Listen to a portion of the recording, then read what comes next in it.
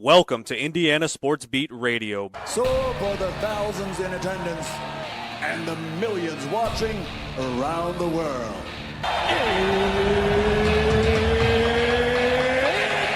Time! Three on the way. Oh! It went in! It went in! And Indiana wins the ball game! Know your role and shut your mouth, you jabroni! Float game for the win! Taylor's gone. Come on, touchdown, Indy! Woo! IU! America! They got a football team now! It's pretty simple. I win. Google me. You know that I'm the cream of the crop! Now, here's Jim Coyle.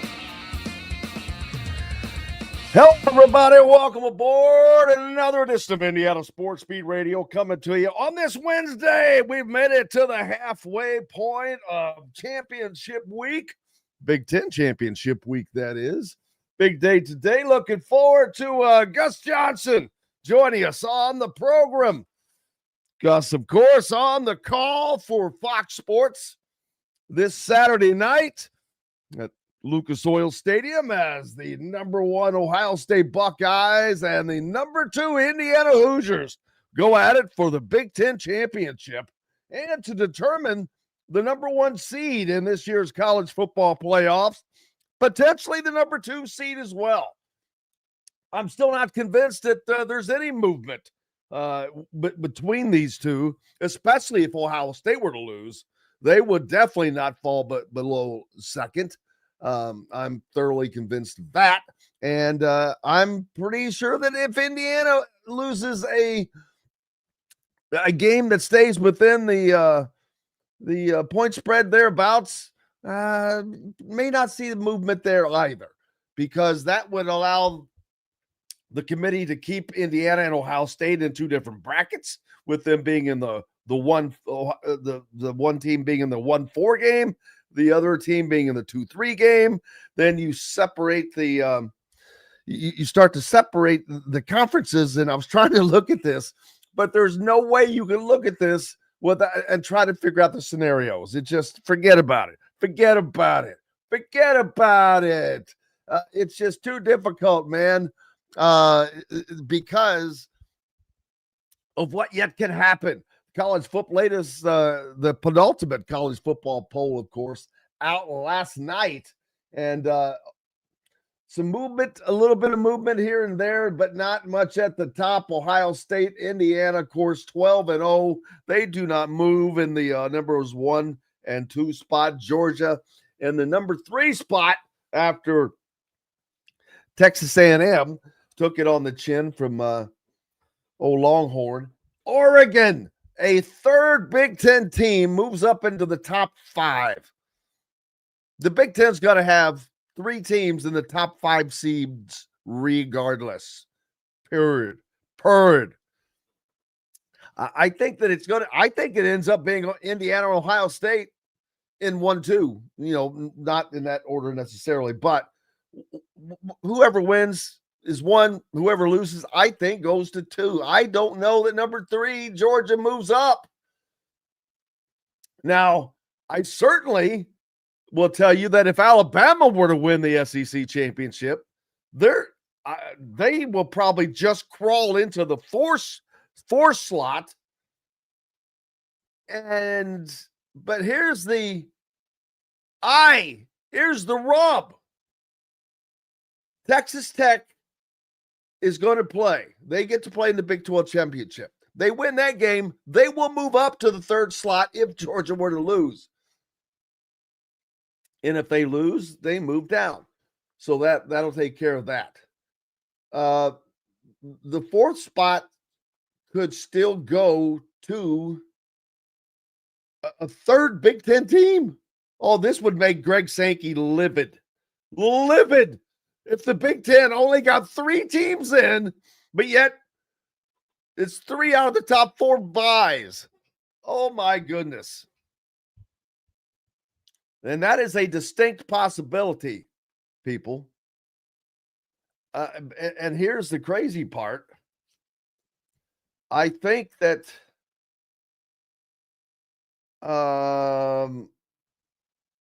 Yeah. Wow. Proximity. Now we're getting into proximity. Oregon, Rose Bowl. Boy, forget it. I don't even want to begin to think about trying to figure this out, because you're not going to figure it out until next week, next Sunday. A week from this Sunday, we'll know exactly who's where, who's playing whom. The second round games, you can't give much credence into those yet. You know, Vanderbilt, teams like Vanderbilt, they don't really have a shot. If Georgia loses, they're not falling out. Now, if Alabama were to lose, would they fall out? Probably, since they're in that precarious spot of number 9, and that would be what, a 4th loss? Yeah. So, and there's no sense in, I guess, there's a lot of sense in doing it. James Madison, are they going to make it in? Ole Miss moved up a spot. They're number 6. So all the talk about what was going to happen with the coaching change and all that, you don't have to worry about it. You don't have to worry about it. Yes, that's what I said this Sunday. That's what I thought I said. All kinds of basketball going on last night. Yeah, we'll talk about that as well. Dylan said on the program today, Kyle Neddenriep going to join us as well. Gus Johnson from Fox Sports. My man, Gus. He pretty cool dude, man. He's been very, very nice to us. Been on with us before. Andrew says IU 1 or 3, depending on outcome. Yeah, I'm not sold on that, man. Not sold on that. I'm not sold on the fact that they can't stay right where they are if they end up losing this game. They're 12-0. They're undefeated. It's 1A and 1B. And they've been 1B for 7 weeks.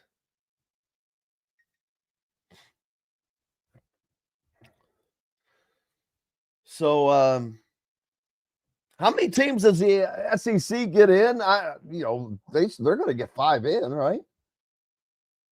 Georgia is not falling out. Ole Miss is not going anywhere because they don't play. Texas A&M doesn't play anymore, so they're not going anywhere.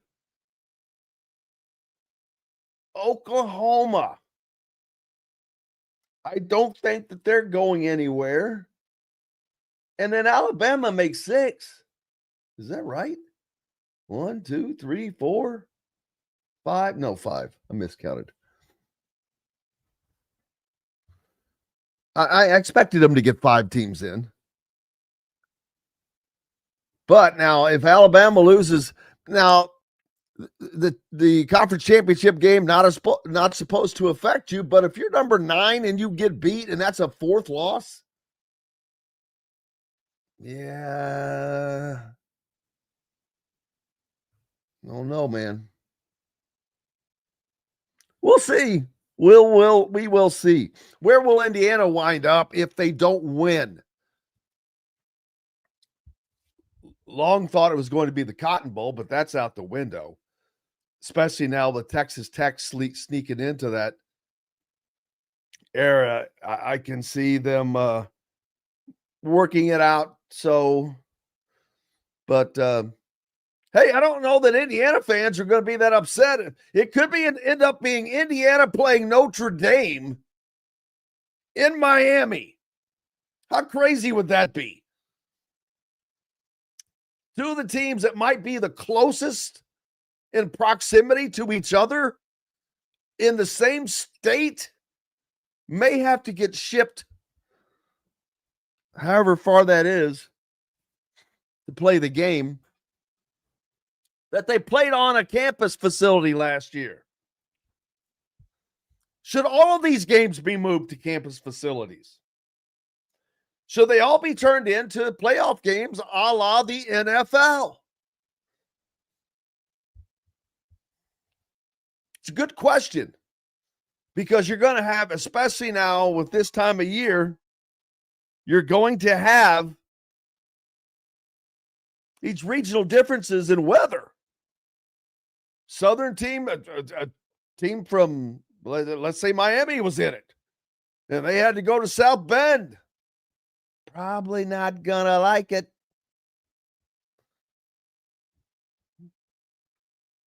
Does it affect the game?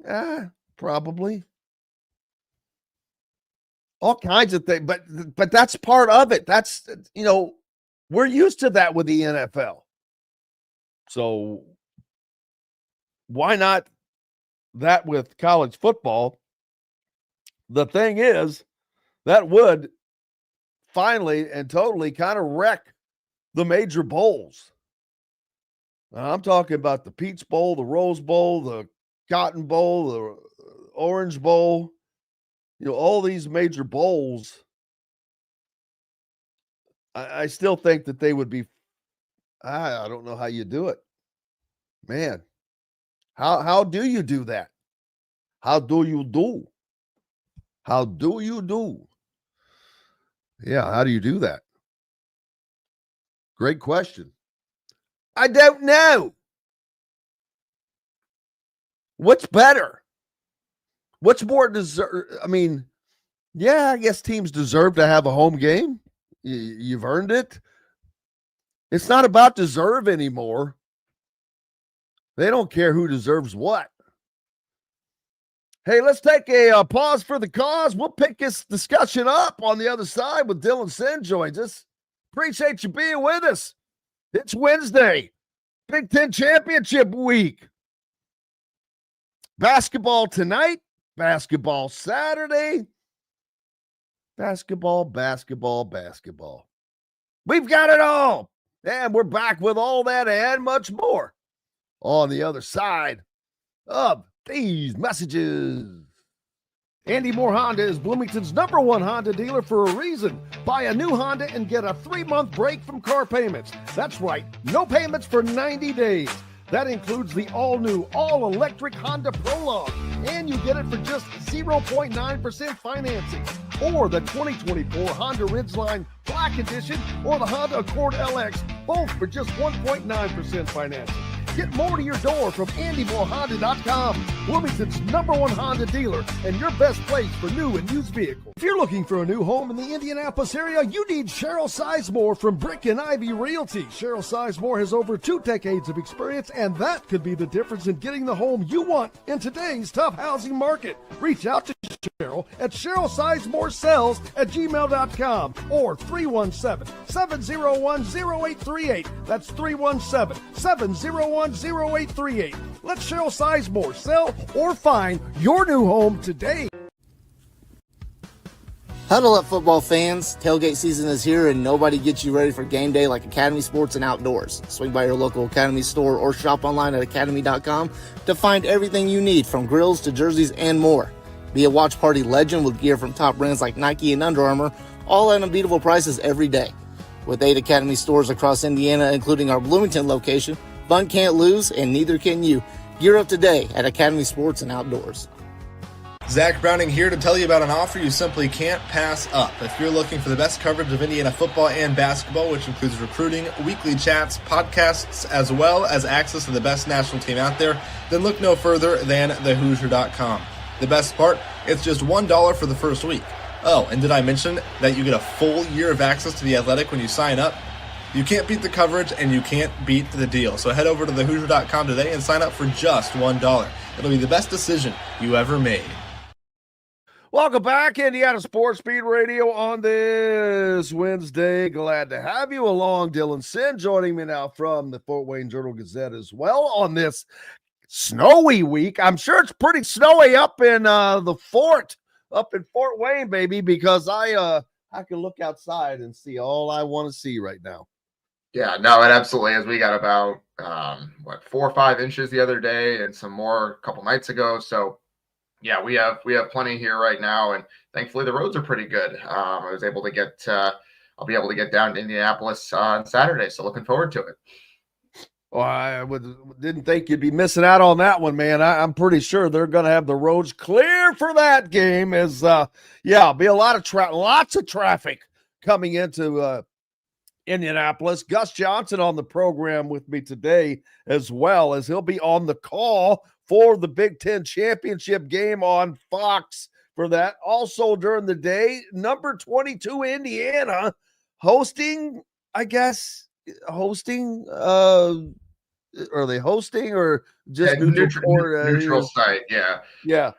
Indiana versus number 6 or whatever the hell they are, Louisville, top 10 Louisville team. Very good. Pat Kelsey has done an incredible job coming in, rolling in it. And boy, college basketball is just woof. It's hit like a lion rolling in here with some of these games. Good games. Kentucky. Boy, they've been getting hit on the chin. They've lost to who haven't they lost to right so far? They've already lost to Louisville. They've lost to North Carolina. They lost to Michigan State. Yep, they're 5-3. And so, which is fine. It's not going to hurt them. These are, those games are losing or big time games. But it also shows you that, hey, does Indiana have a chance when they go to Rupp Arena in a few weeks? We don't know. They might have a better chance. Do they have a better chance at Rupp Arena or Gainbridge Fieldhouse?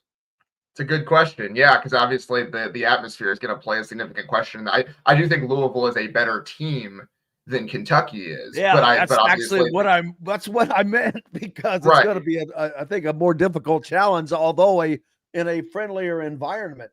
Exactly. So I guess the question is how much the atmosphere there at Rupp Arena matters. I mean, the problem is that Kentucky fans are already turning on Mark Pope. You kind of saw that last night. It was pretty toxic online after the North Carolina loss last night.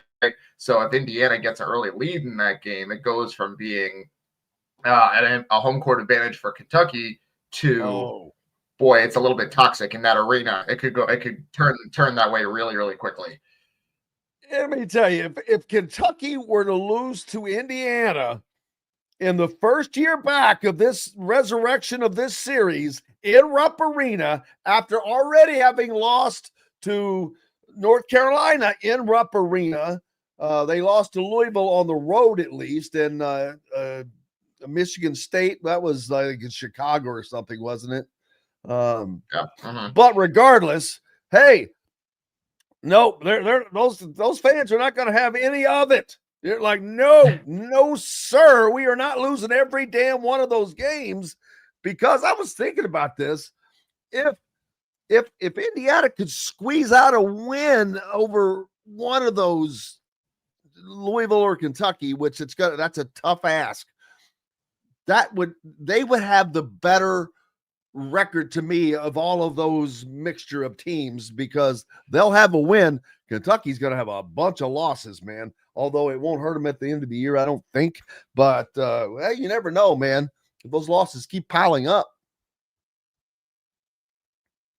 Yeah, I mean, basically what it does is if you lose all these games against high major teams in your non-conference, which is like, it's fine in terms of how good you are, but then it leaves you with less room for error later on, right? Like, then you can't take a bunch of losses in SEC play. You can't against the lower tier teams, right? Once you lose all these games and you don't get any big wins, because Kentucky doesn't have a big win yet, if I remember correctly. That sounds like who does it sound like we're talking about, Dylan? Exactly.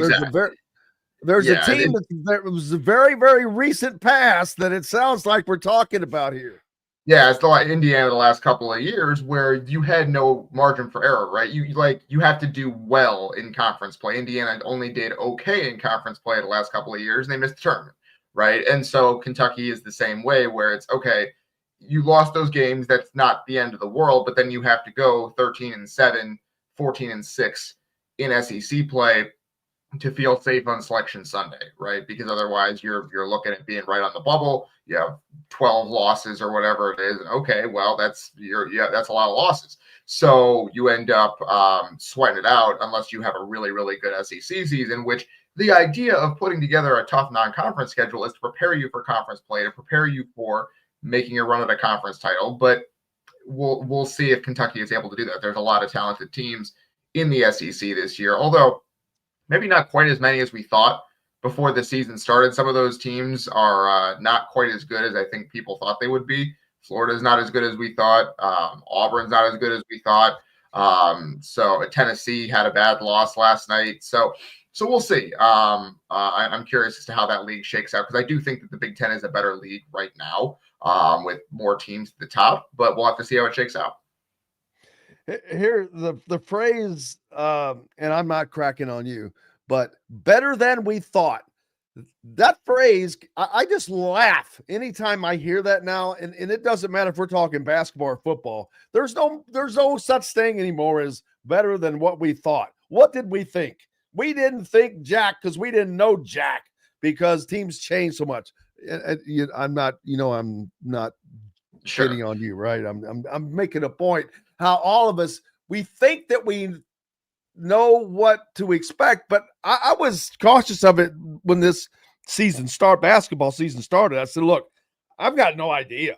I said, other than Purdue, I said, I don't have an idea what anybody has other than, say, maybe Illinois, because I know what all they brought in. I know Michigan brought in a lot of good talent, and we're seeing just that. We're seeing Michigan be okay, but Michigan State, man, are they not the best team in the Big Ten right now? I'm thinking that maybe they are. I don't know. But Purdue is also very, very good. Yes. My point is, hey, I don't know. We don't know what's between those two teams. They're both really good. Michigan State has some damn good wins early in the season already. Yeah, I mean, right now, I think it's hard to say anyone other than Michigan is the best team in the league just based on what they've done, right? I mean, they won 3 games in a row last week against top 25 teams by 30 points or more. It just really, like, they beat Auburn by 30 and then turned around and beat Gonzaga by 40. It's hard to say that anyone other than Michigan is the best right now. But yes, Purdue and Michigan State are also right there with some really good wins of their own. So it's as good of a top 3 as any league in the country. I think it's fair to say. And then you have a bunch of other teams that are right there with Iowa, who lost to Michigan State last night and struggled, but has been very good this season. With Illinois, with Indiana's been up there. Nebraska has played very well quietly. So it is one of those things where I think the Big Ten is the best league in the country this year. I don't think a lot of people expected that going into the season. And I think it's right now pretty clearly the best league in the country. And we'll see whether that continues. But it's been much more impressive than, to use your phrase, than people thought. Right. I think the conference as a whole has been, I think it's fair to say, better than people thought it would be. Well, absolutely. And ironically, you look at the conference and it kind of reminds me of football. You've got 3 teams that are kind of really separated themselves from not just the rest of the conference, but I don't want to say the rest of the country, but Michigan State, and Purdue. There's no other team in any other conference better than any of those 3 teams. I'm not saying that they are definitively the 3 best teams. I'm not saying that, but they're in a group that there is no number 1 team right now. Anybody that says there's a number 1 team, you're full of crap. You don't know what you're talking about. Because it's, any given night, different things happen. But there's just a group of teams right now that are in that upper echelon. Those 3 teams are in that upper echelon. And they're in this upper echelon early, Dylan, and looking good early. So that's good news for them. Bad news for the rest of the Big Ten conference right now. Yeah, all 3 of those teams have a win by at least 20 points over a team that was in the top 20 in the net. I think, obviously it's very early for the net rankings, but they all have it. They all have at least 1, and some of them 2 blowout wins over teams that are very highly thought of. Right, like Purdue went to the Bahamas and beat Texas Tech by 30. Right, Michigan State has the big win over Kentucky that was not particularly close. They beat Iowa by 20 last night. Iowa was like 16th in the net coming into that game, and they just completely turned off their water. Michigan had 3 wins in a row over really like top 30 net teams last week in 3 days.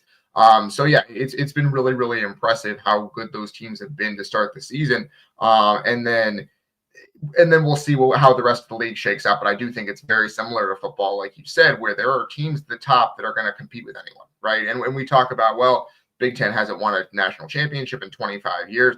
I do think any of those, I think this is the important part right now, is that any of those 3 could conceivably win the title. I think those 3 are all national championship caliber teams, and then it's just a question of the draw in March for them to get there, which is really good for the conferences to have more than one team that really feels like they can do it, because boy, it's been a long time, and it's kind of a fluke that it's been a long time because they've had 9 teams in the title game and none of them have won. But having an opportunity to really get a couple of teams in that echelon this year is exciting for the conference. I love being in an echelon. It's always fun to be in an echelon, baby. Absolutely. It's just, but how fun is it to be able to talk about teams that we get to cover, like Indiana, in the Big Ten championship? First of all, that's for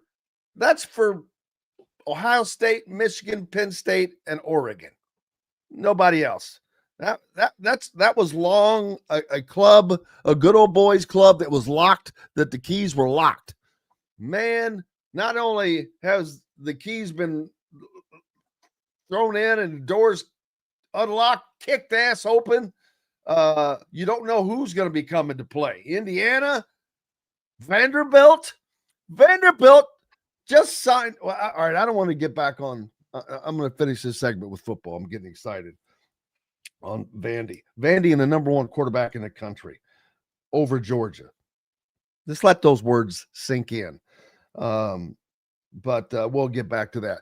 How about Braylon Mullins making his debut for the UConn Huskies? Not only for the UConn Huskies, but in Lawrence, Kansas, against the Jayhawks and Bill Self, in one of those great games that I talked about last night, as UConn and the Jayhawks were going at it at Fog Allen. And how about this for a breakout performance, people? 17 points, hit a trio of 3-pointers, blocked a layup by Kansas guard Jamari McDowell in the closing seconds, and sealed 5th-ranked UConn's win, 61-56 win over number 21 Kansas, with a pair of clutch free throws. I mean, what better night can you ask? You go on the road in one of the most storied venues in college basketball, and you basically just say, suck it to anybody that has doubted you or anything along those ways. Yeah, absolutely. I mean, a terrific performance in his first game. Obviously, it was tough for him that he had to sit out the early part of this season because of the injury, and so to come back with so little, right, impressive. And so again, like you said, in a really hostile environment against a team like Kansas, in a tight game, right? Like he had 17 points in a low-scoring game. UConn only had 61 as a team, so it is one of those things where he kind of announced his presence as not only a very good player, but a focal point of a team that could contend for a national championship. Because UConn is in that, we talk about echelon as well. UConn is in that tier as well. I think they can win a national championship this year. So good for Braylon Mullins, Indiana kid, great job. And he will be a significant part of that team going forward this year. And speaking of, let's see, Fred points out, can you imagine Flory Badunga and Braylon Mullins in Indiana uniforms? Yeah. The 2 players that were on that floor last night, that's part of what has been Indiana's inability to get back to where they need to be. And I'm not going down this path again, and even when they would get those players, it didn't matter. They were wasting them. So on that conversation, they do have Trent Sisley. They do have Trent Sisley, which is great. Yeah, it's a Trent new Sisley is day. a terrific player. Absolutely. Yeah. And that's my point. It's a new day. It's a new era. Those are guys that they missed on. You're right. They did not miss on Trent Sisley, luckily for them. Had they, that would have been kind of the coup de grace. You want to talk about starting from dead ass scratch. That would have been exactly that. But great breakout night, man. College basketball. How do you start out this good? Games, I mean, just boom. They right out of the gate. This has been a blast already, and it's hard to pay attention. I haven't been able to pay attention, hardly watch games because there's so much going on. You with football preparing for the Big Ten championship this weekend. It's hard to catch it all, and you hate it because there's so damn many good games. Yeah, absolutely. I mean, absolutely. And I think teams have been scheduling. They've been scheduling harder games. Like it feels like there have been more big time matchups early this season than we usually get. Maybe that's my imagination. I don't know, but there have been a ton of big time matchups early this season. Now we're getting into conference play, right? Like the Big Ten is starting conference play last night, and then Indiana starts tonight. So you're getting league games already, which is kind of crazy to think about just like 3 or 4 weeks into the season. But there have been a ton of high-level matchups already this year, and it's been fun to watch. I mean, Michigan State, Iowa was fantastic last night. I know that Michigan State won that game by a lot, but seeing those two teams who play such distinct styles going at one another was so much fun. Michigan State, Jeremy Fears is the real deal. Like that's a blast to watch that guy play, right? And you turn into Kentucky, North Carolina later on. Mizzou, Notre Dame is not a team that either teams are ranked, or it's not a game that either teams are ranked, but that was a really, really good basketball game. So it's just a lot of really good basketball if you're looking for it. If you're not, and you're just focused on football right now, totally get it. I understand. There's a lot of football going on too. Yeah, absolutely. Oregon basketball, boy. How could Oregon anything not be great at everything? They've got the most money in the history of planet Earth with Phil Knight's money that he is, $2 billion that he has left them to do as they please with. 4-4 already on the season after losing at home to the USC Trojans last night, the 24th ranked Trojans. So there's another Big Ten team that's kind of adding to that mix. Indiana's in that mix. Iowa, they're going to be one of those tweeners. They get toasted up in East Lansing last night by Michigan State, 71-52. But I don't think that's going to be. They won't be the last team that happens to. Purdue getting Big Ten play underway last night. They go on the road, easy win, 81-65 at Rutgers. Florida, man, they're 5-3 already as well. Dylan, they lose, but they lose on the road at Duke, 67-66. I mean, what are you going to say? Gee whiz. Oh, wow, you lost by a point at Duke, number 4 team in the country. Write them off. No, I mean, hey, it's, again, great games. Yeah, another one. Part of the year. Number 21, Kansas, and number 5, UConn. We talked about that earlier. Tennessee, Syracuse, some crossover. North Carolina, Kentucky. That was a great game. 67-64. North Carolina wins that in Lexington, no less. So that continues. And then there's more tonight, I think. What is there more of the SEC challenge tonight? SEC ACC challenge continues tonight. I'm not sure exactly what the matchups are in that one, but that's an ongoing event. And that was a lot of what the big games were yesterday was that event, and there should be more tonight. Yeah, you've got Louisville, number 6. Well, you want to get an idea of Saturday's game against Louisville? The number 6 Cardinals play number 25 Arkansas tonight down in Little Rock, wherever they play. Is it Little Rock? Fayetteville. Yeah, I couldn't remember. I knew that didn't sound right. I don't know if that game is going to be particularly close. I don't think Arkansas is very good, but we'll find out. I guess we'll find out tonight. Clemson at Alabama. Alabama's taken a few hits on the chin too already. LSU at Boston College, LSU at Vanderbilt. How about Vanderbilt? Vanderbilt, number 17 ranked Vanderbilt in basketball. They're Vanderbilt fourth in the ranked net. in basketball and football. Indiana ranked in basketball and football. How many teams are ranked in both? Alabama, I can see right now quickly. It's not that many. Michigan is, but yeah, it's pretty few. And Vanderbilt has been fantastic this year. Ohio State's getting close, probably. They lost the other day. They might have been ranked in basketball, but they lost the other day. I'm trying to remember who they lost to, but it was a last-second shot, so they have a loss this season. But yeah, Vanderbilt especially has been fantastic this season. They're like Isn't it amazing? Yeah. Vanderbilt and Indiana, again, these two teams, both of these teams in this era of everybody wants to relate it to the NIL. It's not NIL. If I ever see another person say that Indiana got good in football because of NIL, they need to be punched in the face. Indiana is not leading anything in NIL. Not to say that they're dirt poor, but it's the transfer portal, period. That is what's allowed anybody to get to change like this. But for Vanderbilt and Indiana to be two of the teams that have benefited most in the biggest, toughest sport, football, mind-boggling. Yeah, no, it's been really fun to watch. I mean, Vanderbilt went out and got the quarterback from New Mexico State and his head coach and put him on staff, and it turned into one of the best moves of the entire transfer portal era, right? Like I think it's fair to say that Diego Pavia is one of the most impactful transfers of the portal era. Like it's been 5 years. He might win the darn Heisman, right? He's going to get a statue at that stadium more than likely. And they just went and beat Tennessee by 3 touchdowns.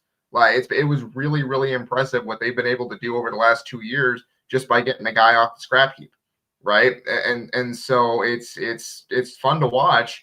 And then what Vanderbilt is doing, what IU is trying to do, and hopefully will do next year, at least from Indiana's perspective, is turn that success into high school recruiting, right? Like Vanderbilt has now done that with the quarterback that you were talking about, Jared Curtis, and we can talk about that more next segment. But that is what Indiana has to continue to do, is turn that on-field success into high school recruiting. Because the difference is you can LeVar Keys, guys like that. Right. You can turn the transfer portal into a couple of good seasons, but if you don't end up putting high school recruiting with it, you could end up like Florida State. Because if you miss on a portal class, even if it looks like really good portal class on paper, you are going to struggle eventually. You can't do talent evaluation in the portal that well year over year over year. It's almost impossible. So what you need to do is you need off the cliff. Exactly. And it can happen very, very quickly. So you need to turn it into high school recruiting. Vanderbilt's done that. That's the next step for Indiana. Dylan Sinn from the Fort Wayne Journal-Gazette with me. We've got lots more coming up. Jim Coyle here, Indiana Sports Beat Radio. More after this. Football Big Ten Championship happening Saturday. Indianapolis, Lucas Oil Stadium. Number 1 versus number 2 for the Marbles. Back with plenty more right after these messages. Know a team or group needing a fundraiser? Boost Fundraising raises more money faster and offers the most unique and user-friendly online fundraiser in the nation. Your team receives personalized fundraising pages for each team member. Free team-branded promo gifts shipped to each donor. Boost Fundraising does it all. Sports teams, marching bands, charity causes, and community groups. Go to boostfundraising.com and be sure to enter the promo code COYLE, that's COYLE, to receive a discounted fundraiser. Whether it's a night out with the family, after work with colleagues, or catching the game with friends, Bubba's 33 is the place for you. Bubba's 33 offers a mouthwatering menu of selections that are all made from scratch every day. The portions are big, but the prices are small. And with over 50 big screen TVs, you'll never miss the big game. Bubba's 33, pizza, burgers, beer. Zach Browning here to tell you about an offer you simply can't pass up. If you're looking for the best coverage of Indiana football and basketball, which includes recruiting, weekly chats, podcasts, as well as access to the best national team out there, then look no further than thehoosier.com. The best part, it's just $1 for the first week. Oh, and did I mention that you get a full year of access to The Athletic when you sign up? You can't beat the coverage, and you can't beat the deal. So head over to thehoosier.com today and sign up for just $1. It'll be the best decision you ever made. Huddle up, football fans. Tailgate season is here, and nobody gets you ready for game day like Academy Sports and Outdoors. Swing by your local Academy store or shop online at academy.com to find everything you need, from grills to jerseys and more. Be a watch party legend with gear from top brands like Nike and Under Armour, all at unbeatable prices every day. With 8 Academy stores across Indiana, including our Bloomington location, fun can't lose, and neither can you. Gear up today at Academy Sports and Outdoors. Welcome back, Indiana Sports Beat Radio on this Wednesday. We've made it to the halfway point. Jim Coyle with you as always. Dylan Sinn from the Fort Wayne Journal-Gazette joining me as well. Man, big weekend, big Saturday in Indianapolis. First of all, you've got number 22 Indiana basketball taking on number 6 Louisville at how did I forget the name of the stinking stadium all of a sudden? Gainbridge Fieldhouse. Gainbridge Fieldhouse. And then you've got some time in between. And after the basketball game, come join us at Clayton's Country Bar right there close by Gainbridge, where we'll do a slash post-game basketball, pre-game football show as after Indiana and Louisville tangle. Now we turn our attention to the number 1 versus number 2. I know that there have been, just because this one's sticking out more, but as far as anticipation, Dylan, these teams are so closely matched. For the general fan, they probably don't realize how closely matched they are. I mean, I have gone through stats more than once, just going, oh my gosh, are you kidding me? Because you'll pull up something and well, let's say like third down defense conversion percentage. Ohio State's number 3. You only get a first down 27% of the 2.275% of the time. Indiana, they're number 4. 0.277. 0.27. 300s. That's after all of this, after all these numbers, that's how far we're separating here. Rushing yards. That's probably one of the biggest separators. Ohio State has not ran for a lot of yards, just over 2,000 yards on the season. Indiana, 2757. They've ran the ball a lot more. They've got 5 more rushing touchdowns. They've got more passing touchdowns. So they score more, but Ohio State is just more methodical. I think they are a little more controlling, maybe. Either way, though, it's scoring defenses. I forget where it is, but we're talking like 3 points difference. But then Indiana averages 44 points a game scoring, opposed to whatever it is that Ohio State averages. I forget how many points a game. Something like high 30s, I think, like 36, 37, somewhere in there. So, and then I wonder about the secondary. Ohio State has 7 interceptions on the year compared to 16 for Indiana. Indiana has faced, I think, 52 more passes or something like that. I think Indiana's a little bit more active back there. Yeah, Ohio State is more of a bend, don't break situation. They're not trying to get up and get in your face like Indiana is. But they've been able to do that because most of the teams they've played don't have a lot of break opportunities for them. Yeah. This is Indiana's offense should afford more than one break opportunity, so to speak. Yeah, I mean, and that's the thing is, I mean, that's undergirding all of this with Ohio State, right? And they have played 2 really good teams, or 2 good teams this year, 2 teams that you would classify as good. And they beat those teams soundly, right? They beat Texas and they beat Michigan pretty easily without much trouble, right? But those are the only two teams of even like a top 15 or top 20 level that they have played. And I guess Washington is kind of in that level too. It didn't really look that good against Oregon, but whatever, however you want to decide it. What happens when they play a really elite team? I'm not just talking about Indiana. I'm talking about whoever they play in the first round of playoffs or the quarterfinals when they get a bye, whatever it is.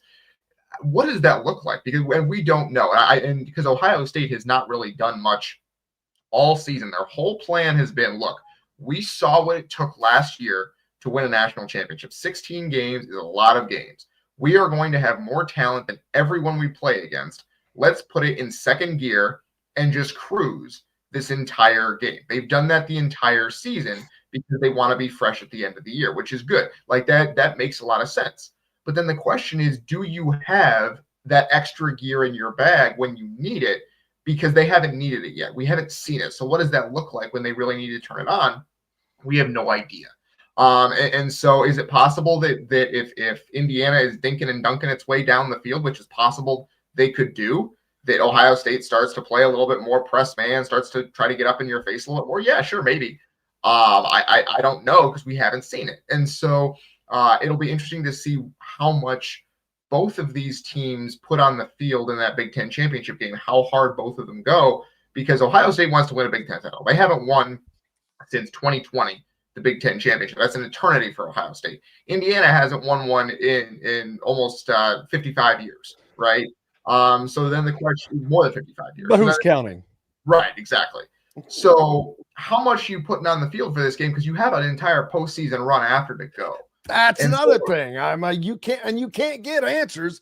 There's no way you're not playing to win this game. Exactly, right? But there's playing to win and there's using every club in your bag, right? Those are different things, right? And so I guess the question is for both of these teams, how deep into your bag of tricks are you going in this one? Because I could see Indiana pulling out every single trick play imaginable, trying to get an early lead and then force Ohio State to play from behind, which they have not done literally the entire season, and try to do that. But then are you burning things that you could be using in a playoff game that you might value more? I don't know, right? Well, then you ask yourself this: what is more valuable? If you had a magic wand and you could wave it on what your future was, and you're like, okay, do I think we can actually win the national championship this year? I don't know. Do I think we can win the Big Ten championship? Do I try to get that prize? Or, I know that I'm just throwing things out there for people to argue for argument's sake. But I think that Indiana has shown they are as good.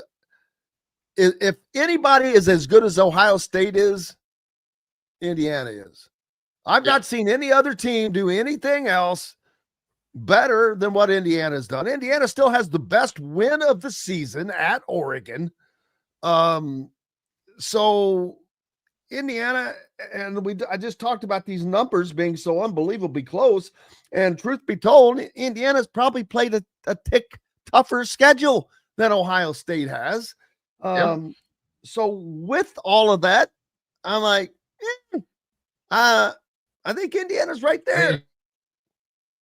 It's a 4.5 point spread for a reason. Because you asked. Yeah.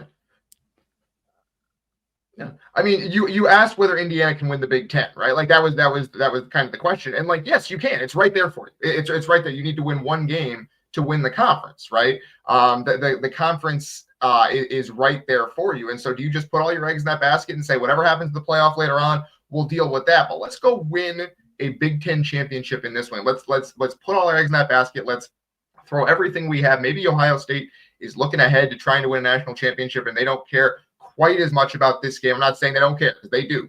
They 5 years is too long for Ohio State to have not won a Big Ten title, and they care about that. They have talked about it repeatedly about how that's kind of the missing piece of the resume for this particular group of players. Is they won the national championship, they beat Michigan finally. The Big Ten championship is the missing piece for them. They're going to care about this, but the question is, do they leave some things in reserve because they think they can go win a national championship. And if Indiana just says, hey, we don't know what's going to happen in the playoff. We don't know what we're going to do there. We think we can win it, but we have this opportunity right now to win the Big Ten. Let's go all out to win this one game and then forget what happens later on. I think that's a possibility as well. We might see Indiana come out with just throwing everything at the wall and seeing what sticks in this one. I've wondered that about Indiana. We've seen Indiana go from being a very prolific type of offense to one that was, part of that was offensive line beat up a little bit. Then I started to wonder, they kind of holding back at all, which that sounds kind of dumb on the face of it, to be honest with you, especially when you look back at the Penn State game. But I don't know. I sure have to think that they've been saving something for this game. It's of uber importance. It's like the Heisman. The Heisman will be decided Saturday night at Lucas Oil Stadium. It is going to be either Fernando Mendoza or Julian Sayin. In the story, they're the only two guys that are playing that has a shot at it on top of that. Yeah. And we're going to see a lot of different, like that's when Indiana played Oregon, they clearly had some things banked that they had not shown earlier in the season. That's how they were able to confuse, especially on defense. They were able to confuse Dante Moore and force him into mistakes that he had not made the entire season, that the offensive line forced them into mistakes that they had not made the entire season, have not made since. And so what else do you have in your, like, obviously they had played games before that. They played against Iowa and they needed to win that game. And so you weren't holding anything in reserve per se, but you had some different things up your sleeve for that Oregon game. What do you have up your sleeve for Ohio State? Because I guarantee it's something. Brian Haynes was not putting his entire playbook on the field against Purdue. I can guarantee you that one. And so we'll have to see what they do against Ohio State. I think they're going to have a lot of creative stuff ready on both sides of the line of scrimmage, maybe on special teams too. We haven't seen them get tricky on special teams this year like they did with the fake punt against Purdue last year. So we'll see whether that's anything that Ohio State has to contend with as well. But this is going to be a really, really interesting game because, again, it is our first chance, especially for Ohio State, to see this team against a high level opponent. And we'll see how they handle that because I think Ohio State is fantastic. Let's be very clear about that. It's just the question of what does it look like when you play a team of a caliber that you haven't seen yet. No matter how good you are, there can be a little bit of the speed of the game is a little bit different here. And so we'll see how that affects the Buckeyes early in the game, especially. Yeah, and last year all four bye teams got beat in the college football playoffs, which is kind of weird. But boy, do you want to be a bye team? Yeah, you do. But that's got to be in the back of your mind. I mean, all four of them. Yeah, but it was weird because they had the teams ranked lower get buys. Like Boise State and Arizona State got buys, and they changed that this year, so it won't be the case. Number 2, Georgia got a bye last year. Oregon got screwed. Oregon got screwed because Ohio State, it was very particular circumstances where Ohio State was galvanized by a loss, right? Georgia, the team that got beat at number 2, they lost their quarterback in the conference championship game, but they still won the conference championship game. So it was a little bit different. I think that was a total fluke. You absolutely want to buy if you can get it. It's a long season. The whole point of winning a conference championship is that you get the extra week to rest. That's why this game matters. And so I absolutely think you want the bye. I don't think there's anything to the idea that the bye teams are at any kind of disadvantage because it's not like in the past where you had a whole month off and there could be some kind of rust. You're getting 3 weeks from the Big Ten championship to the quarterfinal game where the bye team would play. So I think that's absolutely a huge bonus for winning this game is to get that extra couple of weeks and get healthy, which Indiana would love to be able to get healthy. Like get another week for Elijah Surratt's hamstring to recover, get another week for Drew Evans to feel better, that kind of thing. So speaking of which, do we see Drew Evans? I expect to see Drew Evans Saturday. Yeah, I think the fact that he was active against Purdue, even though he didn't see the field for much of the game, I think that means that he is going to at least try to give it a go against Ohio State, because like you don't activate him for that game unless you're thinking, hey, let's see what happens, see how close he is, and let's be honest, I've got a hard time believing that it's going to be this give it a go for the Gipper kind of crap. He's been out for what, 6 weeks? Yeah, like in that one, they know where he is. Right, and like, that's what I'm saying is more not like, oh, he's going to try to play through the pain. No, it's more just getting him ready, getting him active for Purdue was more just kind of saying, see how he responds in a game situation. If it goes well, have him play against Ohio State. That's my guess. We'll probably know more later this week, but that would be my guess on that. And then Notre Dame possibly end up on the outside looking in after Alabama jumps them in the latest CFP poll, which means Alabama, if they can't go down unless they lose. But no, I mean that's the thing. They're not going to kick them out. No, they're not. Basically, what this was the committee deciding Alabama's in regardless of what happens in the SEC title game, which is absurd and ridiculous. But you're going to have a whole lot of people that don't give a crap because it happened in Notre Dame finally. Well, I know, which is silly, but you'd think people would have a little bit of foresight. But whatever. So basically, what it is Notre Dame is probably out if BYU wins on against Texas Tech. The big game for Notre Dame is BYU Texas Tech on Saturday. If BYU wins, Notre Dame is probably out. If BYU loses and Texas Tech wins and gets the bye, then Notre Dame is probably the final team in. Then, or maybe Notre Dame moves up to the 9, because that's the one way they could punish Alabama is Alabama loses on Saturday. They move down to the 10th seed. They still get in, but then they're the 10th seed rather than the 9. And because right now what it is you would have 2 rematches in the first round. Right now it would be Alabama matched up against Oklahoma and Notre Dame matched up against Texas A&M in the first round. So if you swapped Notre Dame and Alabama, if Alabama loses to Georgia in the SEC championship game, you get rid of those rematches and you'd have new games, which is probably what they want. So they've set it up where Alabama is in regardless, but it wouldn't surprise me if Alabama loses if they go back below Notre Dame to that 10th spot. Dylan Sinn from the Fort Wayne Journal-Gazette. Appreciate you as always, my friend. We will see you on Saturday. Absolutely, Jim. Looking forward to it. See you in Indy. Absolutely. We've got more Indiana Sports Beat Radio coming up.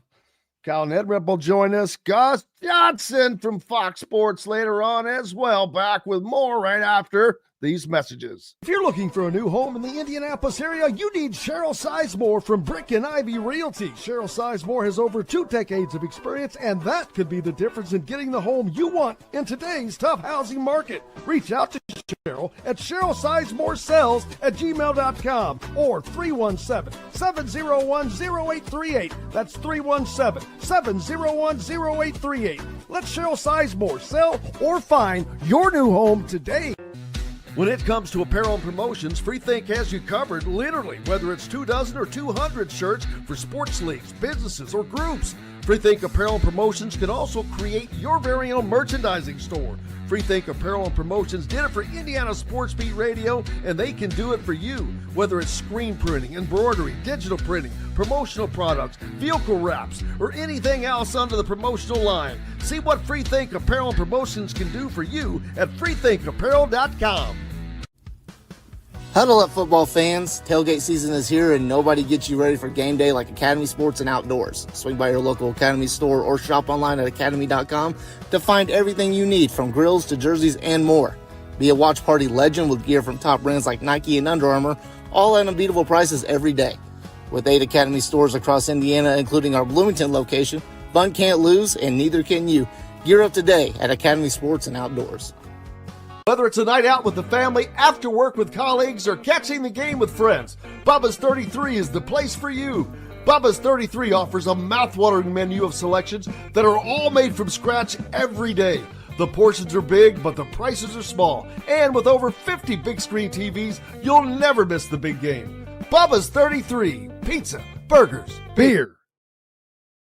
Welcome back, Indiana Sports Beat Radio on this Wednesday. Glad to have you along. Kyle Neddenriep from the Indy Star joining us now. And finally, you can take a little breather from football. It's over, baby. It's all over except for all the awards and all that good stuff. But just go right into basketball. That's all. Oh, got you muted there. You have to unmute yourself, I guess. There you go. No worries. It is a National Signing Day, so it doesn't feel like anything's quite over with just yet. But yeah, tracking. Was it over when the Germans bombed Pearl Harbor? Good point. Yes, yeah, but it's the games are over anyway. So that's we're the games are at least moving to basketball. But the football continues, at least. Like you said, we got awards, we got Mr. Football, we got signing day. And signing day normally sort of not a whole lot of news necessarily, but we'll see what Jeremy Finchon's up deciding. That could be kind of the news of the day on what if he it sounds like Tennessee is getting in there. So if he's going to announce tonight at 6 p.m. at the school at Warren. So we'll see what happens there. But I think pretty much everybody else is on board with who they had already committed to. Yeah, a little bit of a change. Where was he originally going? Alabama. Yeah, that's what I thought. What happened with the change there? Well, I think it was one of those where he committed and then sort of kept things sort of open, as football players sometimes do. And he went down. He visited both schools in November. So I'm not saying he's for sure. I've talked to him a little bit, but he not for sure that he's making that switch. But definitely Tennessee is involved heavily, and he did go down there. So there's that. And to be honest, that's not that unusual for football players to have happen. Ben Novak from Andrean was committed to Wisconsin and decommitted, going to IU. Good get for IU for sure as an in-state player. And, so we see it in football probably more often than basketball. But normally once you get to signing day, you kind of know what's happening. And it's that one leading up to it anyway. Had a little bit more intrigue than usual.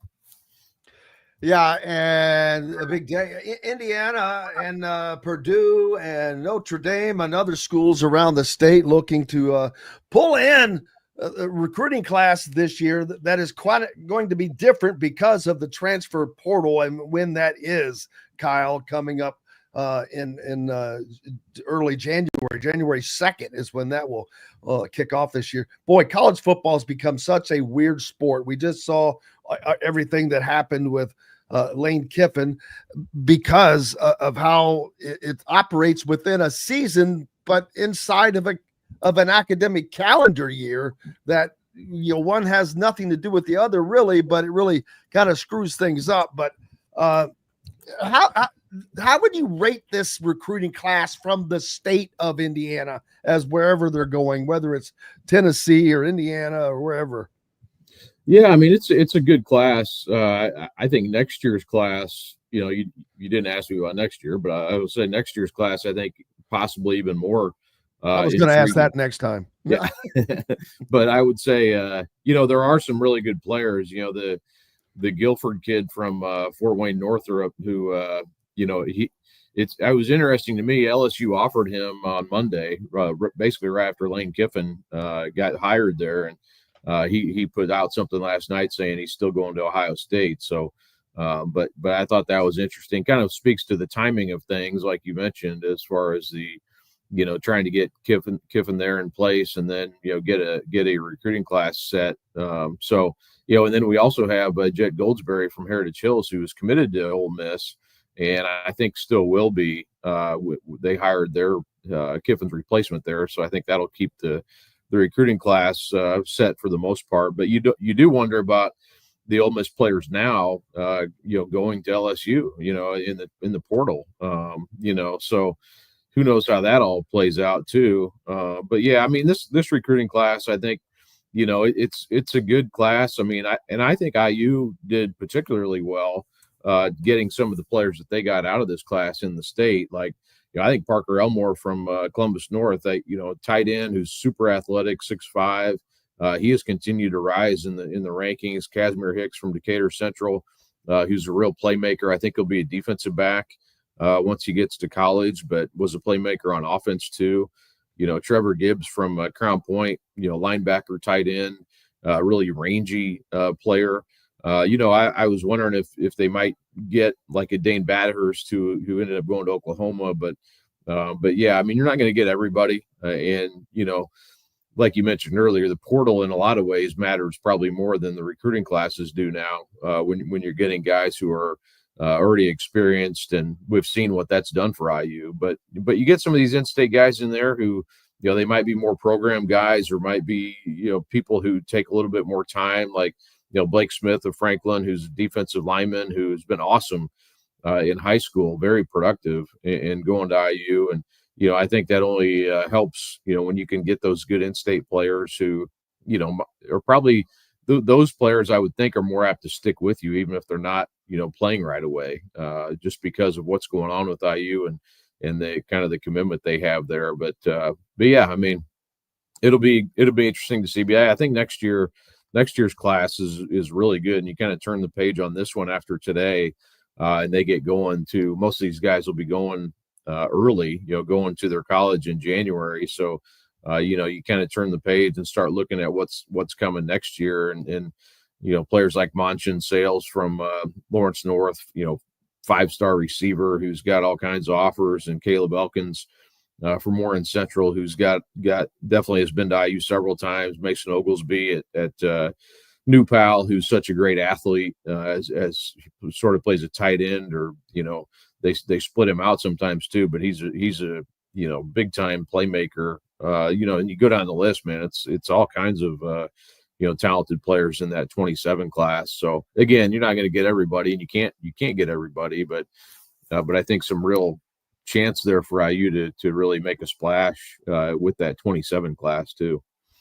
And obviously success breeds success, and that is something that Indiana has not had the opportunity to build upon.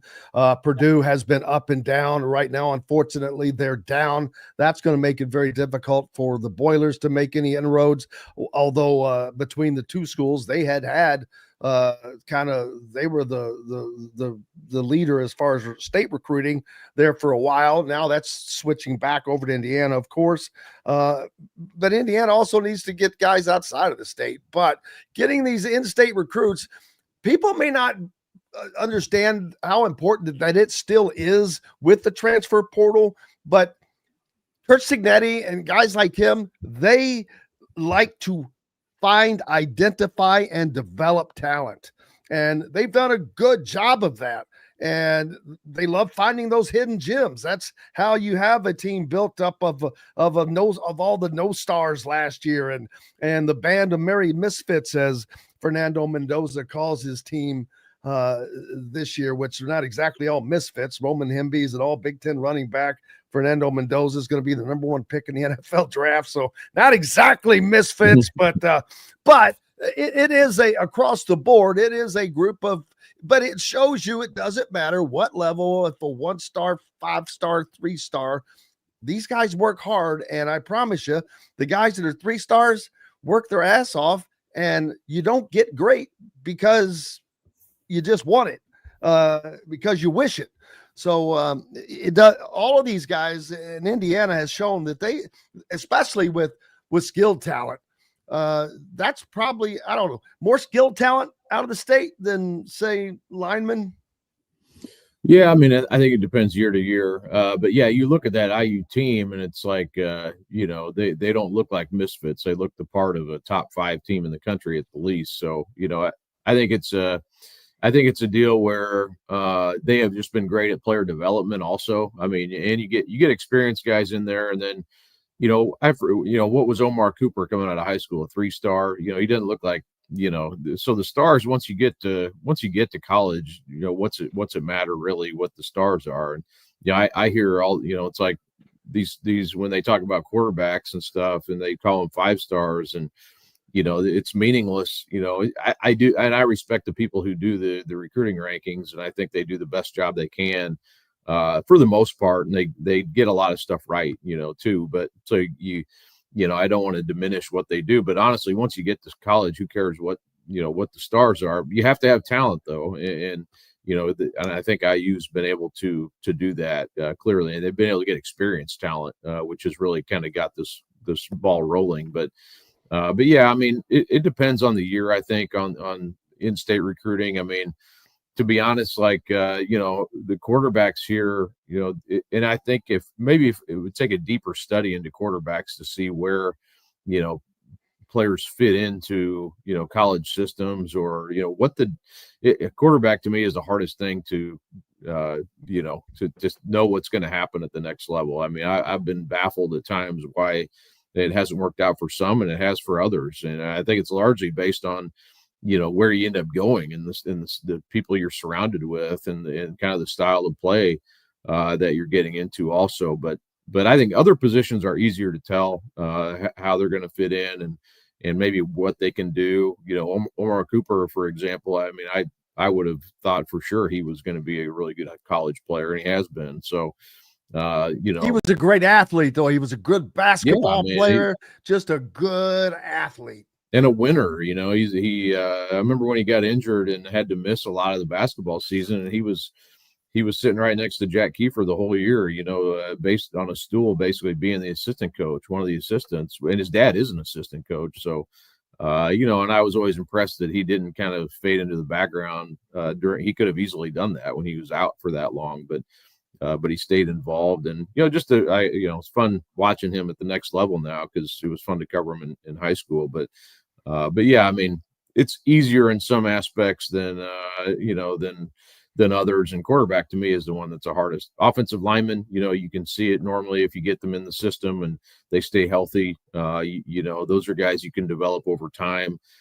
Defensive ends, those are the hardest guys to get, and those guys are the ones who I think are getting paid probably as much as anybody except quarterbacks at the next level, because those defensive ends are so rare that are big time players. But other positions I think are a little bit easier. But yeah, I mean, this recruiting class I think will be, or this 26 class is fairly deep, and I think will help. And you look at like Kobe Cherry going to Purdue. I really like that fit for him. Purdue's got a few in that class from in the state, which I think will help them. Again, you're developing, hopefully developing for Purdue over a longer. It's not going to be the quick fix, I don't think, but it's going to take a little bit of time for them to get going. But I think they've got some good pieces there. Yeah, and we'll see. As they certainly looked a lot better this year, but boy, I was shocked to see them end up just the same record as a year ago. But because it's better for Purdue, it's better for the state, it's better for the Big Ten. You don't want teams going down, because this is a problem, could be a problematic area. If you are dumpster fire in football, your sports program is probably in trouble. And so, I mean, that's a whole different conversation for another day, but it's just how it is. The landscape has changed. But man, the Big Ten championship in town, will you get to go cover that, go out to the event? No, there's got to be a ton of, I would think a ton of in-state recruits. While I know that this cannot be a recruiting event for the schools, they can still go and get tickets and whatnot. Yeah, I'll be at Sneakers for Santa for basketball, so I'm turning the page by the weekend. I'm out of here, he said. I'm done with it. Hopefully, I'll be able to watch some of it, though. I'd love to be able to see some of that, and talk to Caden Curry this week a little bit. So interested to see how he does against IU, and that'll be an interesting sidebar to the story. Yeah, there's always. And not only that, you've got Sinn Mikowski, who went to Floyd Central High School, originally committed and played at Ohio State, transfers to Indiana. Any other Indiana high schoolers left over there on that Ohio State sideline?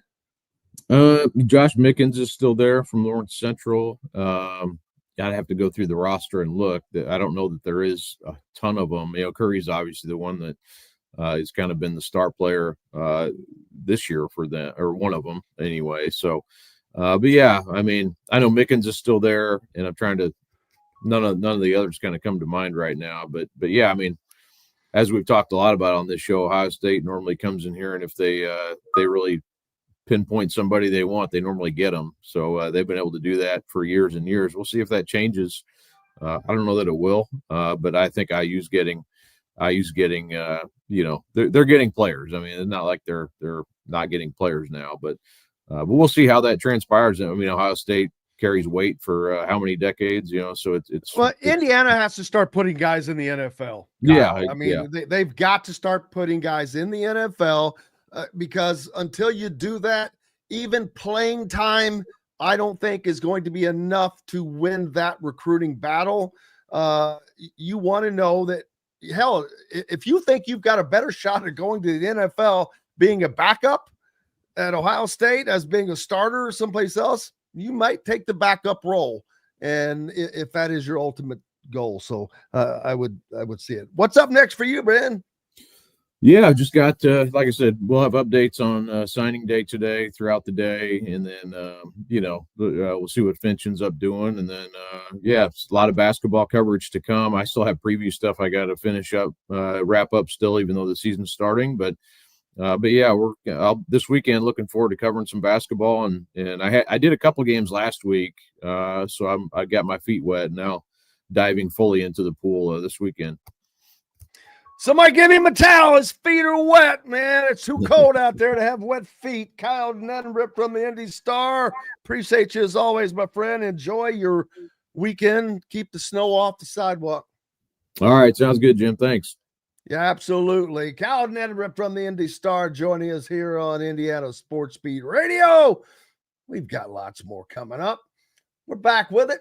Plenty more. Gus Johnson will join us next. Make sure you come back and join us right after these messages.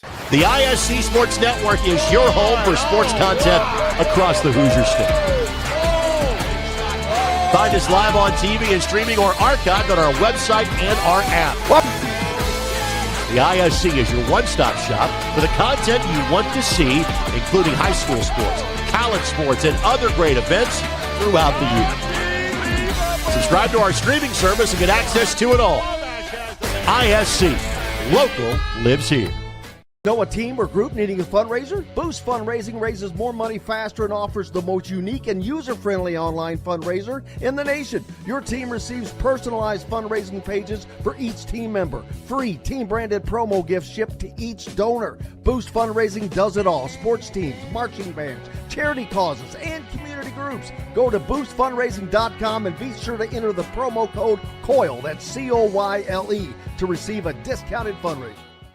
If you're looking for a new home in the Indianapolis area, you need Cheryl Sizemore from Brick and Ivy Realty. Cheryl Sizemore has over 2 decades of experience, and that could be the difference in getting the home you want in today's tough housing market. Reach out to Cheryl at CherylSizemore@gmail.com or 317-701-0838. That's 317-701-0838. Let Cheryl Sizemore sell or find your new home today. When it comes to apparel and promotions, Freethink has you covered, literally, whether it's 24 or 200 shirts for sports leagues, businesses, or groups. Freethink Apparel and Promotions can also create your very own merchandising store. Freethink Apparel and Promotions did it for Indiana Sports Beat Radio, and they can do it for you. Whether it's screen printing, embroidery, digital printing, promotional products, vehicle wraps, or anything else under the promotional line. See what Freethink Apparel and Promotions can do for you at freethinkapparel.com.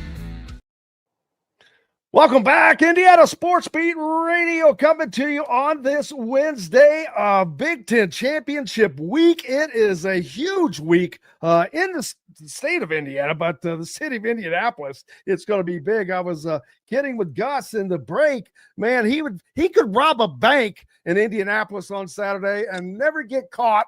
He's got his red and white on, and so with Louisville and Indiana and Ohio State, and of course, Indiana again You won't be able to be seen. It's going to be like Christmas all over the place. Gus Johnson joining us from Fox Broadcasting.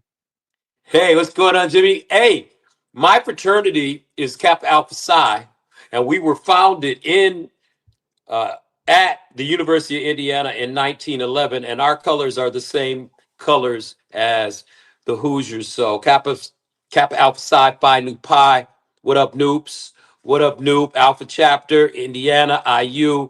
So I always represent, my fraternity. And my fraternity was founded at IU. So, Elder Watson I didn't Digg. know that. That's cool. Now, one good thing is you made the mistake with me instead of on Fox. Boy, if you call it the U of I, they'll smack your hands for that one. I'm sorry. No, I don't care. I don't care. I'm just talking about No, fans. I do care. They go nuts. Indiana University. Did I say it wrong? What did they do? What did I say wrong? Oh, no. IU, right? Yeah. It's all good. It's all rolling. There's so many universities that are going to be in town on this weekend. It's crazy. Like I said, Ohio State going to be there, Louisville going to be there, and these are all ranked teams. Gus, of all the between the basketball and the football, these are all elite teams. Top 10 Louisville team, of course, number 1 and number 2, Indiana and Ohio State on the football side of things. So this is a fantastic sports weekend. You talking about basketball? Everything, man. It's just going to be Louisville's everything. playing Indiana? Yeah. Okay, I haven't even gone into basketball mode yet. I don't know anything about basketball right now. Yeah, I care about right now. The only thing I care about, I know Indiana's playing well and Louisville's playing well. That's what I do know. And I know Michigan State's playing well. And I know Michigan's playing well. So, but. Oh, yeah. I'm like you. I'm not in basketball mode yet. I just know that it's going on. Indiana and Louisville are playing that day. If it wasn't for that, if these games were in separate places. Are they playing on Saturday? Yeah, it's all happening in Indianapolis, man. That's what I'm saying. This is all going down on Saturday in Indy. Number 6 Louisville against number 22 Indiana on the basketball court at Gainbridge. And then a few hours later over at Lucas Oil, number 1 and number 2 for the Big Ten championship. Wow. That's so cool. I didn't know all that was going on. Man, they couldn't have you do all that, man. They'd kill your voice. They got to save you. They got to save the well, you know, my voice do be squeaking sometimes. I need some oil. That was, I saw you talk about that call, but to me, it made it one of the just more unique calls because it was such an iconic, a unique moment. And you have been the orchestrator of so many unique calls already, but that just, it's like, what different can you do? And without even trying, you come up with a new way, man, of making it roll in there. Man, I tell you, I was just so swept away. That was so exciting. Oh. I was so excited. I just got swept away in that moment. I mean, that was an iconic moment for those kids at Indiana. And I know it didn't work out well for Penn State. I'll keep that in mind the next time. But, geez, man, the guy drops back in the pocket. He's under pressure. He throws it where nobody can catch it but Omar Cooper Jr. And Omar Cooper Jr., his head almost hits the goalpost. I mean, the crossbar. And he came down with it like Baryshnikov. His body was leaning out of bounds, and his feet stayed in bounds. I mean, that's one of the greatest plays I've ever seen in my life. I get it. I had to be in Chicago that day. Indiana was playing basketball, and so I had to go up there to cover that. But I'm driving back, having known how it ends, having heard your call once. I'm rewatching it, and I'm getting goosebumps. Watch the second time around. I'm like, gee, it was just that spectacular. I mean, that just. Did you see those kids from Australia and how they did a spoof on me and Joel? The Chef-Mates. You got to watch that. The Chef-Mates. Go on Instagram. God, cannot wait to find that. The Chef-Mates. Oh my gosh, they made so good fun of us, and they were just like they nailed it. They were right on it. I mean, it was just one of those moments that as a play-by-play guy, you dream of. They go on this drive. They got no timeouts. They got this handsome quarterback from Miami that's got the little Cuban Latin feel to him. You know, I mean, Charlie Becker, he was making catches. And then Omar Cooper in the back of the end zone, tapped his feet in. He got paid that day, by the way. Omar Cooper got paid that day. You're not lying there. How's Surratt? Is Surratt all right? Good. All good to go. Because I haven't watched the Purdue tape yet. Did he was Surratt back play for against Purdue? Yeah, he played several snaps. Didn't do a whole lot. I know he's been nursing a hammy, right? Yeah, but he's all back. He's all good. They didn't throw the ball a lot. They ran the ball most of the night. What was the score again? I didn't, because I haven't looked at it. 56-3. It's 122-3 over the last 2 seasons over Purdue. Purdue not in a good place. So well, we're gonna get the Boilers back going. Yeah, they got to get things going back and going. They got to get going. They'll get going. Want everybody to be good. You want everybody to be good. Mm-hmm. That's the Big Ten. So this game is so big, Gus.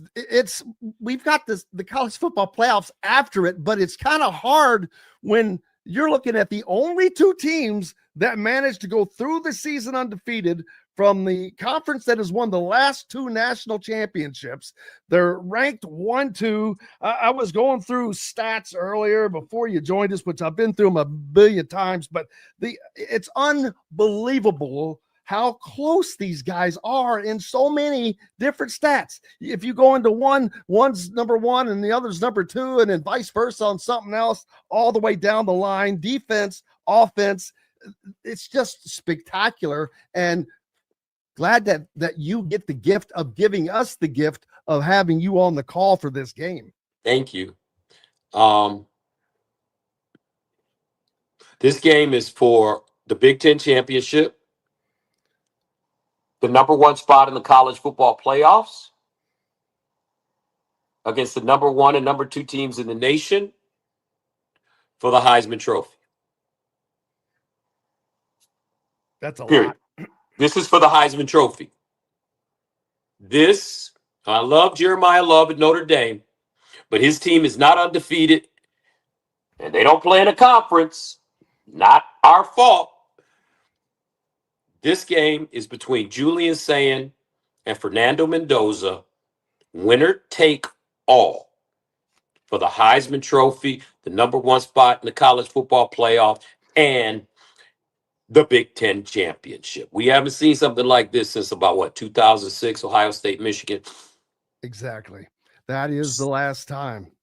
There's so much more that makes this even more so. You've got the upstart in Indiana, who is, the Cinderella story, of course, and Kurt Signetti and all of that. But the Heisman, like you said, it's coming down to this game. One of these guys is winning the Heisman race, the trophy, and that's all there is to it.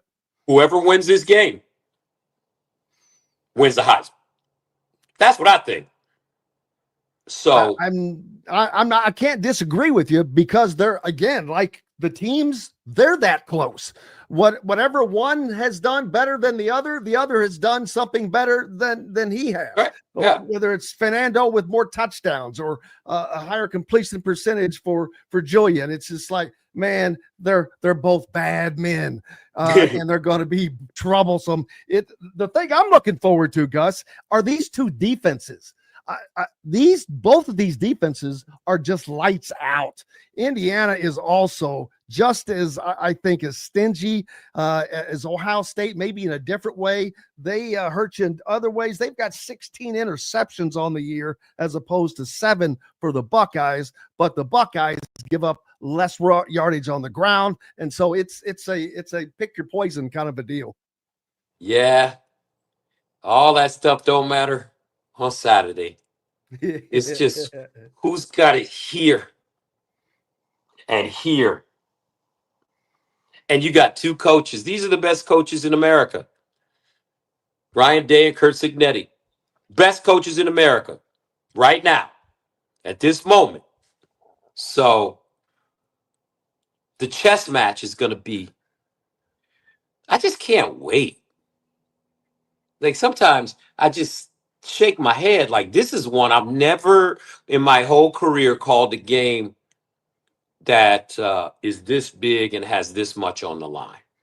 Well, how many times are there games that are this big with this much? I mean, that's where we've been so fortunate because we're adding the Heisman Trophy to this. We're adding a conference championship to this. We're adding the number 1 seed on top of that. I mean, it's so much. Even the second, the runner-up, if this game is as good as we think it could be, they could still end up 1 and 2 in the seeds after all is said and done.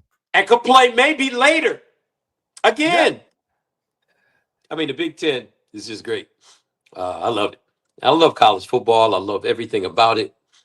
And it's getting better and better. These playoffs, like it's just so exciting. You know, I did a lot of NCAA tournament games when I was at CBS, and it's starting to feel like that. And I know that they may down the road expand the teams from 12 to 16 to 24. I don't know. You know, it can't. There's nothing that can be done that'll hurt it. It's just the best for me. So Saturday, the whole world gets to watch the Big Ten, and that's our conference. It's my conference I work in. No disrespect to the SEC. Shout out to the SEC. We love them. Shout out to the ACC. We love them. All right. But this is Big Ten, and the Big Ten is getting ready to take center stage in that town.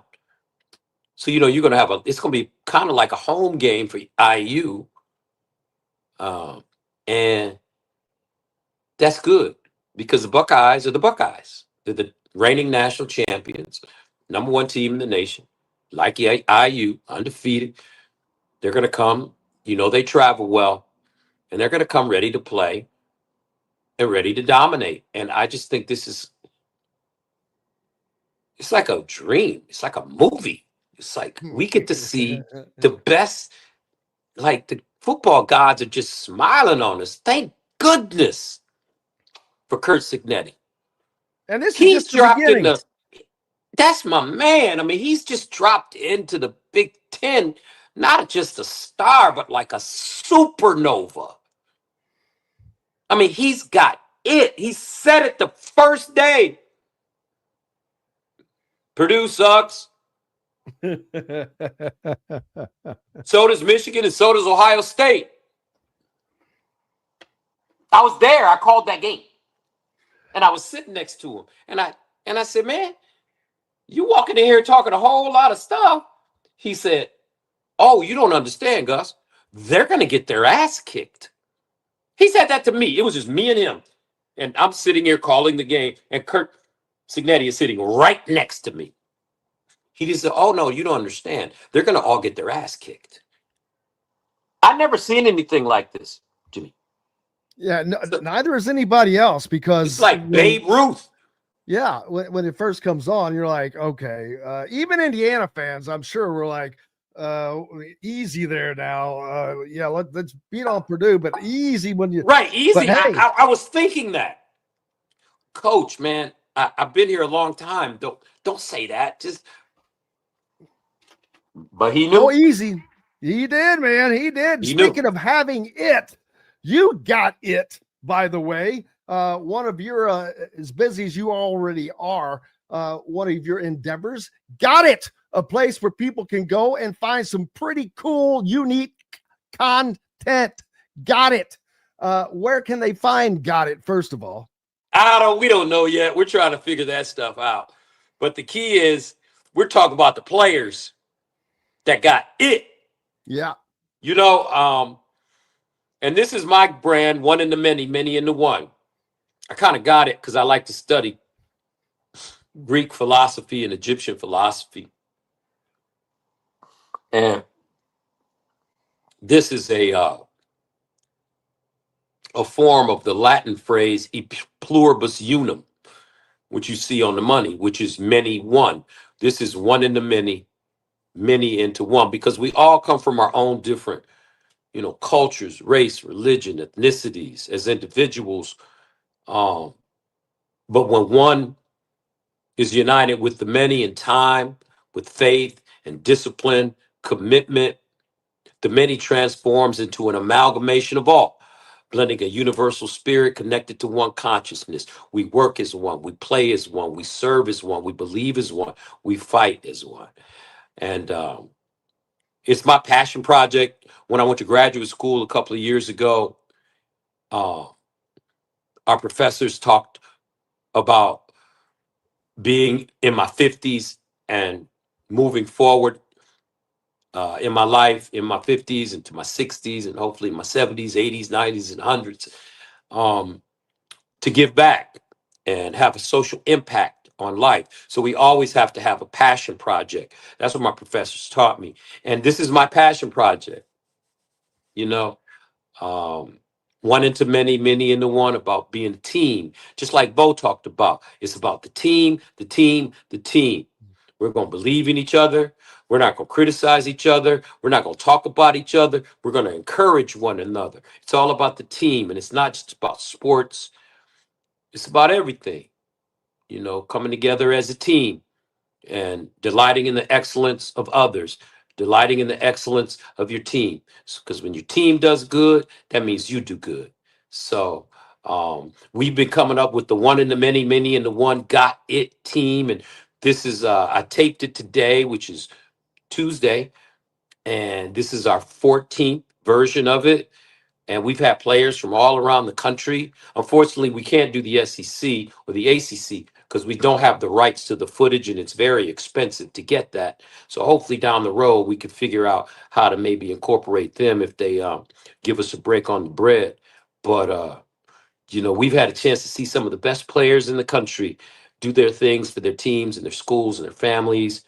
And it's something that's been a lot of fun. It's only 1 minute, but Fox Digital, which is a full-fledged production, Hollywood production company, has gotten behind it, and we're getting positive responses from it. And this week, our one in the many, many in the one got it player is going to be Julian Sinn from Ohio State, the young quarterback from California, who's just been having a fine season. You guys will, the Indiana people, see him next week. We've already had Fernando Mendoza. We've already had Kurt Signetti. We've already had Arvell Reese from Ohio State and the entire Ohio State defense. So I got a feeling that for the last week, week 15, is going to be from Ohio State or Michigan. One of those two teams going to have the final got it player of the week, and we're just tickled pink to be able to be creative and have a chance to do stuff like this. Well, I know that you know the iconic voice, the Gus Johnson. I know the people cannot get enough because of your great calls.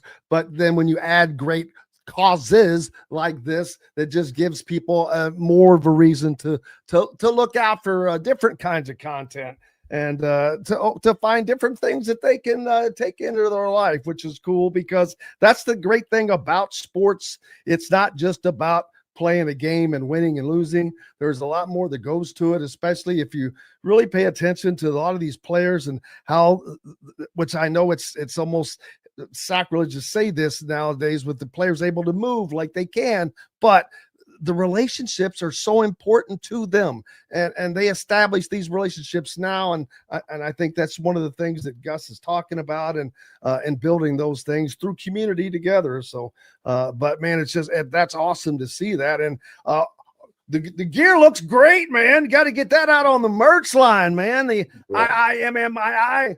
Yeah, one IMMII. It's kind of expensive, you know. This is all coming out of my pocket. And hopefully, you know, one day maybe Adidas will see its way to becoming one of our sponsors. But more than that, rather, it's just fun to have a chance to delight in the excellence of our young men and women. These kids are so amazing. Our kids, our football players they're just amazing. They're amazing human beings. Their work ethic, their discipline, their intelligence, their unselfishness in the game of American football, which is the greatest game that's ever been created on planet Earth. American football. I ain't talking soccer. I'm talking about what we play, because we are not only brilliant minds, and you have to be brilliant to play the game of American football, but you have to have courage. Yeah, I talked about it earlier on yesterday's show about specifically about today's athletes and how unbelievably well-spoken they are, on how embarrassed I am as looking back at my knucklehead self comparing to those guys. I'm like, oh, wow, these guys, they sound like professionals now, just professional speakers or whatever. And it is awesome to see. It is awesome to see them perform at that level, and just, you don't see him getting into trouble like you used to. It's a whole different deal, man. And it's all so much fun. And speaking of fun, boy, oh boy, do we have a ton of it coming this Saturday in Naptown with Gus on the call for the. You see those guns, Jim? I've been working. I'm going to be ready for this weekend. Gus's guns. There's a t-shirt, Gus's guns. I like that. Ouch. Gus's that just hurt. guns. Yo, Jim, that hurt. I can't be flexing like that. Hey, when I do that, I say, hey, I pulled some fat. So right. Me too, man. I got it with you.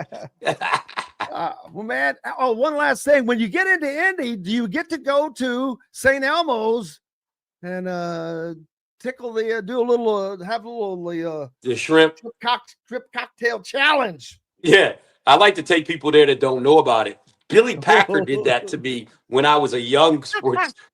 He said, hey, Gus, you should try the shrimp, and almost choked. And he laughed. Everybody laughed. So I like to take the people to St. Elmo's that haven't been there. But, I got to, make my way into St. Elmo's, But my favorite place in downtown Indianapolis is the Steak and Shake. I just got to admit it. I got to get the chili. Can't go wrong. The Steak and Shake is a cheeseburger with the chili fries and a Coke. Because the game isn't until the next day, so I can hang out the next night. So I can hang out a little bit on Friday night.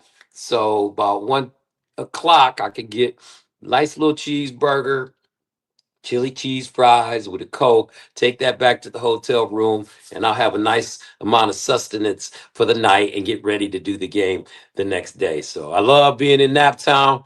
I love being at, the house that Peyton built, Lucas Oil Stadium, is nice and warm and toasty. It's always cold at the Big Ten Championship.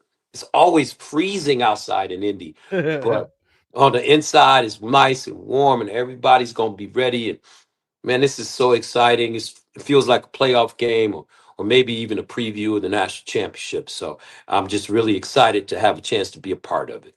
Well, like I said, we're excited to be able to know you're on the call, because that makes it better already. Gus Johnson from Fox, I can never thank you enough. You are always so impeccable and so thoughtful with your time. We're grateful. Thank you, man. I appreciate you having me. I'm a big fan of Indiana sports. I've been calling Indiana sports for a long time now, back to Bob Knight days.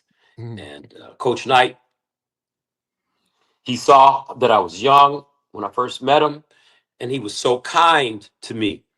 And he taught me some things. He allowed me to go into practice with Billy, and he was very gentle with me because he knew I was learning, and I respect him and love him for that for the rest of my life. So I've always been an Indiana fan, Kappa Alpha Psi, Phi Nu Pi, Frat So Nice. We had to name it twice. It originated at Indiana. And, I'm looking forward, and I hope the best team wins that day, but I know it's going to be a special day regardless. We're going to have the best announcing crew on it. We already know that. Gus That's right. Johnson from Fox with us here on Indiana Sports Beat Radio. Back with more after these messages. Andy Moore Honda is Bloomington's #1 Honda dealer for a reason. Buy a new Honda and get a 3-month break from car payments. That's right, no payments for 90 days. That includes the all-new, all-electric Honda Prologue, and you get it for just 0.9% financing. Or the 2024 Honda Ridgeline Black Edition or the Honda Accord LX, both for just 1.9% financing. Get more to your door from AndyMooreHonda.com. Wilmington's #1 Honda dealer and your best place for new and used vehicles. If you're looking for a new home in the Indianapolis area, you need Cheryl Sizemore from Brick and Ivy Realty. Cheryl Sizemore has over 2 decades of experience, and that could be the difference in getting the home you want in today's tough housing market. Reach out to Cheryl at CherylSizemoreSells@gmail.com or 317-701-0838. That's 317-701-0838. Let Cheryl Sizemore sell or find your new home today. Huddle up, football fans. Tailgate season is here, and nobody gets you ready for game day like Academy Sports and Outdoors. Swing by your local Academy store or shop online at academy.com to find everything you need, from grills to jerseys and more. Be a watch party legend with gear from top brands like Nike and Under Armour, all at unbeatable prices every day. With 8 Academy stores across Indiana, including our Bloomington location, fun can't lose, and neither can you. Gear up today at Academy Sports and Outdoors. Zach Browning here to tell you about an offer you simply can't pass up. If you're looking for the best coverage of Indiana football and basketball, which includes recruiting, weekly chats, podcasts, as well as access to the best national team out there, then look no further than thehoosier.com. The best part, it's just $1 for the first week. Oh, and did I mention that you get a full year of access to The Athletic when you sign up? You can't beat the coverage, and you can't beat the deal. So head over to thehoosier.com today and sign up for just $1. It'll be the best decision you ever made. Welcome back, Indiana Sports Beat Radio on this Wednesday. Glad to have you along for the ride, as always. Appreciate you being with us, man. What another fun day on this Wednesday, as we're only halfway through the week. Man, Gus is awesome. Really appreciate him and his time. He's just a cool guy, as you can see, just down to earth and pretty much see what you get, man. But yeah, pretty cool stuff about his fraternity being founded at IU. That's unique stuff there. And I've got to tell you, I enjoy listening. I saw someone asking a minute ago on social media on some particular Reddit or something. Does anybody enjoy listening to Gus Johnson and Joel Klatt? And I'm thinking, what a stupid ass question. No, nobody likes listening to them. That's why they're on one of the biggest platforms in college football. No one likes them at all. Does anyone like listening to your dumb stuff? No, you're not being paid millions. So there's that. More basketball tonight. Indiana on the hardwood at the barn, baby, in Minneapolis, Minnesota, as the Hoosiers kick off Big Ten play tonight. It's also College National Signing Day for football, but we're going to wait till tomorrow to get all that stuff because while there have been several LRIs signed and all that, it goes throughout the day. Nothing earth-shattering expected, so we'll wait to get on that tomorrow. But tonight, Indiana up in Minneapolis to take on Minnesota, Probably if you're going to start the season and have to start it on the road, I mean, the barn is not the easiest places to play in the world, but there's worse places. Trust me. And so not a bad gig for Indiana to get to head up there before we're taking on a top 10 Louisville team this weekend. That's going to be a challenge. But challenge tonight, too, as this team gets their first taste of life on the road in the Big Ten. And, yeah, I know it's Minnesota, but I don't care. It's Indiana coming to Minnesota, so they're licking their chops. Indiana's undefeated. They want some of that, baby. Yeah. They're tired of seeing Indiana fans brag about having their men's basketball team and their football team undefeated. They'd love to put a little dent in that shine. course, you'll have Don Fisher on the call tonight. Now, let's see. Saturday, don't forget, after the basketball game, downtown at Clayton's Country Bar, we're going to have a post-game basketball post-game show and / a la pre-game football show. So make sure you come down to Clayton's Country Bar Saturday after the game, before the football game. Saturday afternoon, it'd be a nice little walk from the basketball arena. Stop by and then head on down to Lucas Oil Stadium. It's going to be a fantastic. You saw how excited Gus is. And was a Lion? Could he just commit capital murder in the middle of Indianapolis and just make away without being seen in those colors? That or he can arrive on a sleigh. Look very, very Christmassy. Very Christmassy. But, man, what a fun day. It's been a fun week. Appreciate everybody. Hoosiers putting up hay in the barn tonight. They're going to need to. We're going to be. I'll buy you a drink. Five less ask me if I'm buying drinks. I'll buy you a drink. A drink. Yeah, I'm buying everybody a drink. I'm gonna buy a drink for everybody that comes down to Clayton's. A drink.